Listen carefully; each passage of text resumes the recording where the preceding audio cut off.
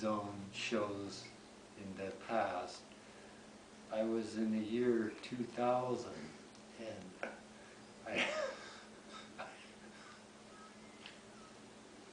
I really didn't know why I was here, but then I had a thought, but after that thought, I didn't know if I was going to be around the wall or was I in the house? Oh, hey, how are you? Yeah, apparently the ants are going to Washington, D.C., and they're angry. They're on strike right now because they can't work because of Obamacare.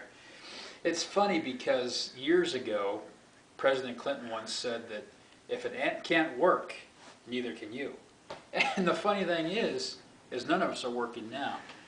But I guess over the years we get older and wiser, and I'm just hoping that maybe 2012 we'll have a good election year and get the Republicans back in. I think the reason that the ants were on strike is because they didn't have any more pennies left in their bank, and I don't think anyone knew where the ants were trying to be. But you know, I once lived in the state of Colorado, and there were several mountains right near my house, and we went on a drive one day, and I looked off a cliff, and I saw a wumpy at the bottom of the cliff, and I had a feeling of wonder as I tried to put on some sun windows, and there was a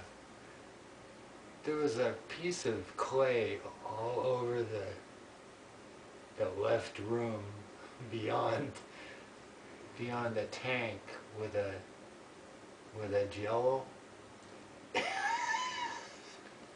And have you ever eaten a 55-gallon drum of industrial jello? Well, those can be very nourishing and enriching. I do like purple jello. You know, that's one of the most wonderful pleasures in destiny. You know, that's what I think. Yeah, I was working on my '74 Plymouth Cadillac, and I was changing the solenoid heads out, and it dawned on me that the spark plugs were shot. Funny thing is that without spark plugs, you're not going to get a spark and ignition in the engine. So we had to go down to Napa, and the guy there told us that we needed spark plugs, which we already knew that. Duh. But yeah, we went back to my shop and put the spark plugs in, and put the solenoid head back together. Got in the Cadillac, pulled on the choke. Well, we let too much gas inside the carburetor there, and you know, it's just one of them things, I guess, or it's too much fuel, so we flooded the vehicle. Anyways, we finally got the Cadillac running about 4 o'clock, and drove it down to Sears, and we bought some towels, you know, for the house, and drove the car back home, parked it, and it's funny because you would think at this time the car would be running smoothly, but clearly it wasn't. And we had to run over to Donovan's house and pick up a new engine head and put it in there and drop it in there. And I guess finally around midnight we said to hell with it. Went out and bought a 66, what are they called, Chevelles, I guess, whatever, Chevelle, something like that. And runs just fine, has cruise control and all the, you know, today's technology in it. So yeah, it was fun. It was a good project. Good times. Yeah, I had a similar experience. I had a 62 Studebaker in Fanning, and it it just lost its springs in the back, and I had to run out and go look in the dump for some new springs, and I didn't find any. So then I went to Anchorage Chrysler and asked them if there was anything wrong with the engine, and they weren't sure. So I went and popped the hood, and that Studebaker, sure enough, it had a blown cylinder head. And I started crying because that was going to cost me money. So I called up, I did call up Sears, and I asked if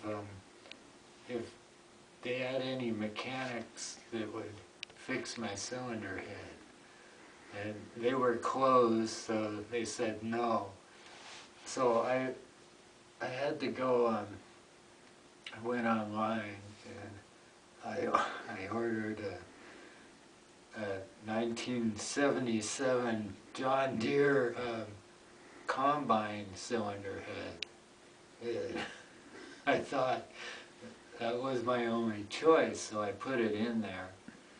And the car started up, and then it lit on fire. So I ran as fast as I could away from it, and it just totally destroyed the whole neighborhood.